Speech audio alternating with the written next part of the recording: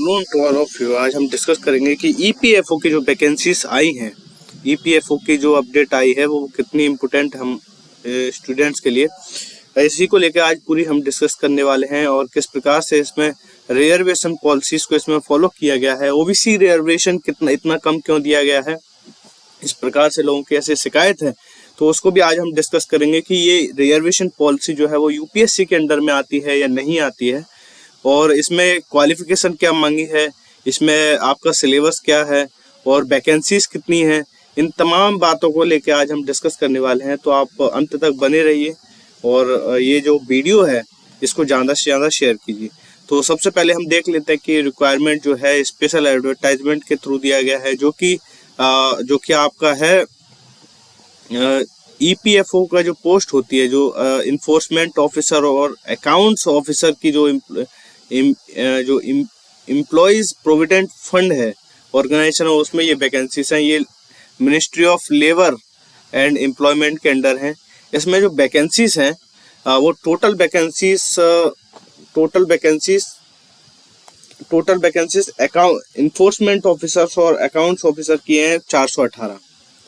इसमें total vacancies 418 हैं, तो ये टोटल वैकेंसीज है, राइट।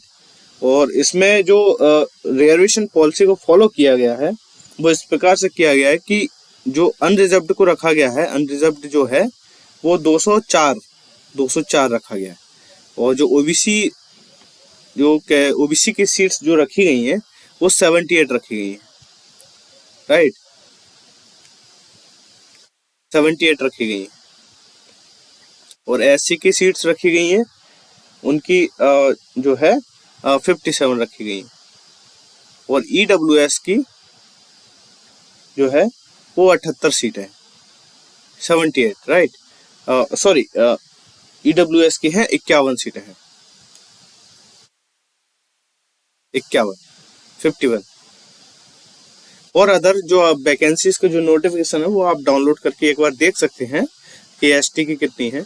यहाँ पे जो लोगों की जो शिकायत है, जो जनरल लोगों की, जो मेरे पास भी बहुत सारे मैसेजेस आए कि सर ओबीसी जबकि ओबीसी को जो है वो 27% जो है रिजर्वेशन फॉलो होता है, यानी कि 27% रिजर्वेशन फॉलो होता है।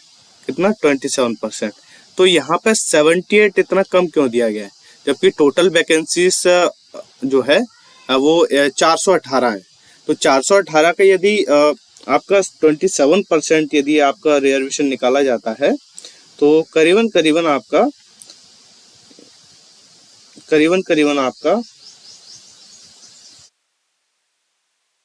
112 वैकेंसीज आनी चाहिए थी। कितनी आनी चाहिए थी? 112।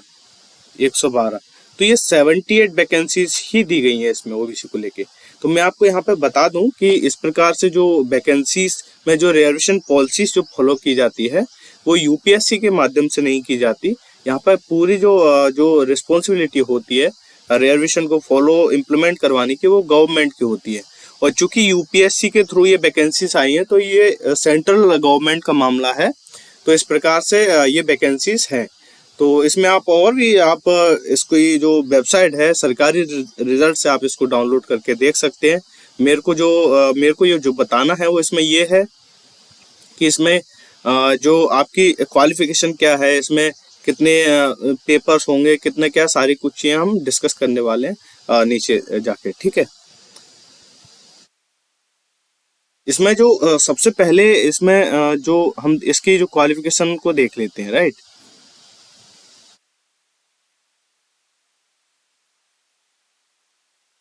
इसमें पहले एक तो ये देख लेते हैं कि स्कीम क्या है, किस प्रकार से एग्जाम कंडक्ट किया जाएगा। Test will be of 2 hours duration, यानी कि 2 घंटे का आपका टेस्ट होने वाला है, राइट।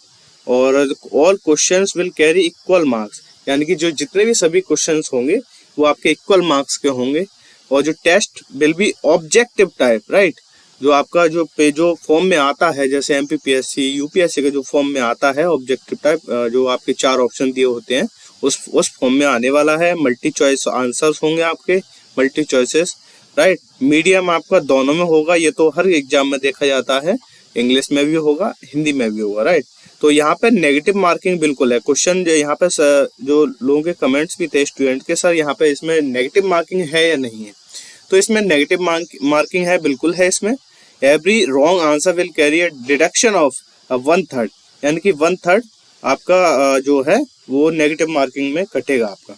यानी कि आपका एक क्वेश्चन, जो 3 क्वेश्चन होंगे गलत हो जाते हैं तो आपका एक क्वेश्चन जो है वो राइट वाला कट जाएगा, ठीक है। तो ये 1/3 का। इसका सिलेबस यदि हम डिस्कस करें तो इसका सिलेबस कुछ इस प्रकार से है कि इसमें जनरल इंग्लिश आने वाली है, to evaluate candidates understanding of English language, और workman like words, uses of words, है ना। तो जनरल इंग्लिश आएगी, आपको इतना चिंता करने की आवश्यकता नहीं है कि इसमें बहुत ज़्यादा टफ जो इंग्लिश आने वाली है। इसमें बहुत ही सिंपल तरीके से इंग्लिश आएगी जो हम नॉर्मली हम जानते हैं सभी लोग। इसमें इंडियन फ्रीडम स्ट्रगल, इसमें इंडियन फ्रीडम स्ट्रगल जो हमारे इंडियन जो मॉडर्न हिस्ट्री का जो पार्ट है वो इसमें कवर होगा। इसमें जो थर्ड जो पॉइंट है वो करंट इवेंट्स, यानी कि डेवलपमेंट इश्यूज, आपका करंट अफेयर आने वाला है। इसमें जो इंडियन पॉलिटी है और इकोनॉमी है, इंडियन पॉलिटी के लिए हम क्लास ले रहे हैं। यहाँ पे हम क्लास पढ़ाते हैं आपको, ये अवेलेबल हो सकती है। और यहाँ पे जो इकोनॉमी है वो भी आपको यहाँ पे कवर हो जाएगी। सारे ही चीज़ें वैसे तो हम लोग कवर करने वाले हैं। यहाँ पे जो 5वां पॉइंट है वो है जनरल अकाउंटिंग प्रिंसिपल्स, तो इसको भी हम कवर करेंगे, don't worry. Industrial relations and labour laws, तो ये भी industrial relations and labour laws है, ये भी कुछ ज़्यादा टफ नहीं है, ये भी बहुत आसानी होते हैं, ठीक है। यहाँ पे जो 7वां पॉइंट है general science and knowledge of computer application, आपका कंप्यूटर से संबंधित क्वेश्चन पूछा जाने वाला है। और आपकी जनरल मेंटल एबिलिटी, आपके जो है क्वांटिटेटिव एप्टीट्यूड आपसे ये पूछा जाएगा यहाँ पे। तो यानी कि सोशल सिक्योरिटी, यानी कि जो इसका सिलेबस है वो आई वुड से कि कोई टफ और बहुत ही ज़्यादा इतना भी वास्ट सिलेबस नहीं है, आपको बहुत ही जनरल सी चीज़ें यहाँ पे पूछने जाने वाली। इसमें जो वेटेज की यदि बात करें तो वेटेज में आपका जो 75% का जो हिस्सा है वो आपका रिटन एग्जाम, यानी कि आपका जो है आपका जो प्री लिया जाएगा, आपसे लिखवाया जाएगा, पहला जो पेपर होगा, और उसके माध्यम से 75% वहाँ से आपका कवर होगा, और 25% आपका इंटरव्यू से, यानी कि 75 और 25 का रेशो है। तो 25% है का ही आपसे इंटरव्यू लिया जाएगा, जितने टोटल मार्क्स होंगे उसमें 25% का ही इंटरव्यू लिया जाएगा, बाकी जो शेष है 75% वहाँ से रिटर्न पूछा जाएगा, राइट। तो स्कीम तो ये हम जान ही चुके हैं। और आपके जो सेंटर्स जो हो सकते हैं वो ये लिस्ट दी हुई है, आप इनको चेक कर सकते हैं, आप इनको डिटेल में अपने सिटी के अनुसार आप फॉर्म भर सकते हैं। यहाँ पे आपको जो यहाँ पे जो आपका जो नॉर्मल सा क्वालिफिकेशन है वो सिटीजन होना चाहिए, ये तो सभी लोग जानते हैं। जो नेपाल के जो सब्जेक्ट है वो भी यहाँ फॉर्म भर सकते हैं, और जो भूटान के हैं वो भी फॉर्म भर। तो यहाँ पे क्या है कि आपका एज लिमिट जो है वो आपका यहाँ पे रिलैक्सेशन भी रिजर्वेशन के हिसाब से जो कैटेगरीज वाइज जो है वो यहाँ पे मिल सकता है, आप देख लीजिए अपने अकॉर्डिंग पूरी जो है। और मिनिमम एसेंशियल क्वालिफिकेशन आपका क्या है कि मस्ट बी फुलफिल जो है आप यहाँ पे एक बार देख सकते हैं। तो यहाँ पे पीडीएफ भी आप यहाँ पे देख सकते हैं। फीस का जो है वो आप अपने अकॉर्डिंग देख लीजिए कि क्या किस प्रकार से है। और इम्पोर्टेंट जो नोट है, ये आप एक नोटिस करने वाली बात ये है, हम जो मिनिमम आपको मार्क्स लेके आने हैं वो 45 जो ओबीसी कैटेगरी के हैं, जो अनरिजर्व कैटेगरी में जो फॉल करते हैं वो 50 मार्क्स आपको लेके आने हैं। और जो SC ST और जो PH यानी कि फिजिकली हैंडीकैप, फिजिकली जो चैलेंज जो लोग हैं वो आप उनको 40 मार्क्स लाना अनिवार्य होता है, तभी वो आगे का प्रोसेस उनको फॉलो की जाती है। रिक्वायरमेंट टेस्ट RT फॉलोड होता है, वो इस प्रकार से है, वो आप यहाँ पे देख सकते हैं एक बार। कंसेशन आपको मिल सकता है, ये एक बार आप देख लीजिए किस प्रकार से आपका है, ठीक है। यहाँ पे मैं बहुत ही जो रेयर जो बातें हैं जो बच्चों को थोड़ा सा कंफ्यूजन होता है वो मैं यहाँ डिस्कस कर रहा हूँ।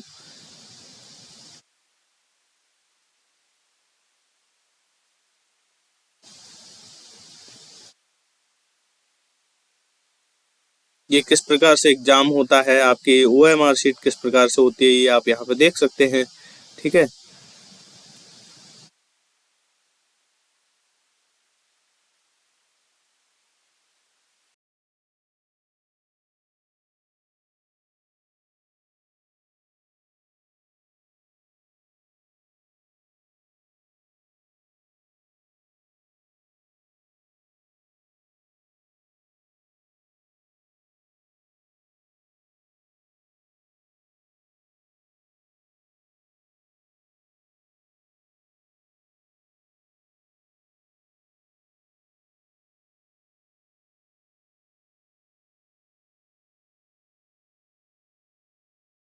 418 का 10% निकालेंगे तो नॉर्मल सा 42 जो वैकेंसीज होनी चाहिए, राइट।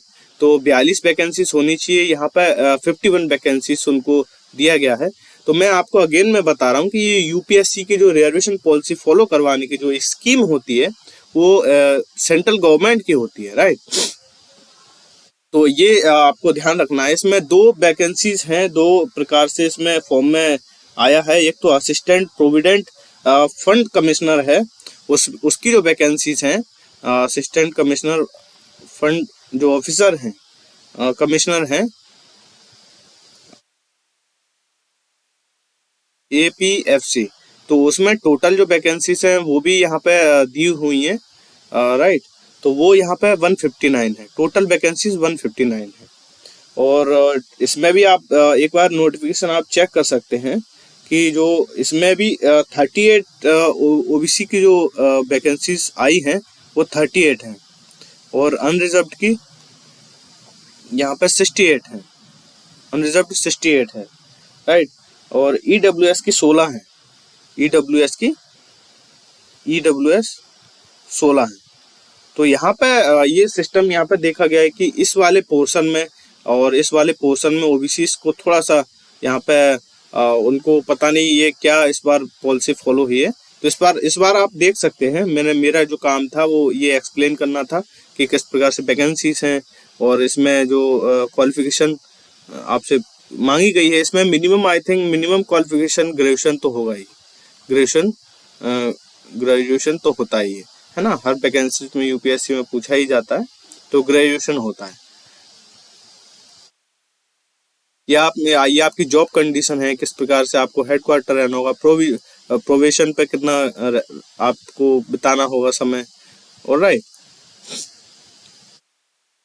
ये आपका सिलेबस हम डिस्कस कर ही चुके हैं। वेटेज आपका पूछा गया था कि वेटेज में सर ये क्या है, 75/25 का रेशो, ये इसका मतलब क्या है। तो यहाँ पे बता चुके हैं कि 75% के जो मार्क्स हैं वो आपके रिटर्न एग्जाम से लिए जाएंगे, वहाँ से फॉलो होंगे, और 25% का आपका इंटरव्यू होगा, ये आपका सिटीज है, राइट।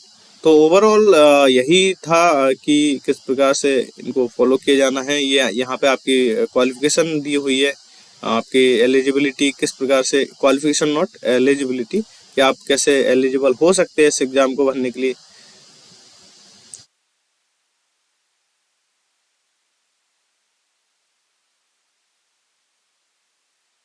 ये डिजायरेबल क्वालिफिकेशन है, यहाँ पे आप चेक कर सकते हैं कि आपको क्या मांगा गया है आपसे, राइट। तो ओवरऑल यही चीज़ें हैं। तो आई थिंक ये चीज़ें हैं। बाकी आप जाके यहाँ पे देख सकते हैं, in case of divorce women है उनका कैसा किस प्रकार से सारी कंडीशन है। मुझे लगता है कि आपको पूरी जो ये नोटिफिकेशन है वो बहुत सारी चीज़ें इसमें बहुत ही ध्यान से पढ़नी चाहिए, उसके बाद ही अपना एग्जाम फॉर्म है वो फिलअप करना चाहिए। तो थैंक यू सो मच, आगे हम बने रहेंगे। आप जीएस में जो पॉलिटी है और ज्योग्राफी है, हिस्ट्री है, ये सभी प्रकार से इसमें कवर की जाएंगी। Thank you so much.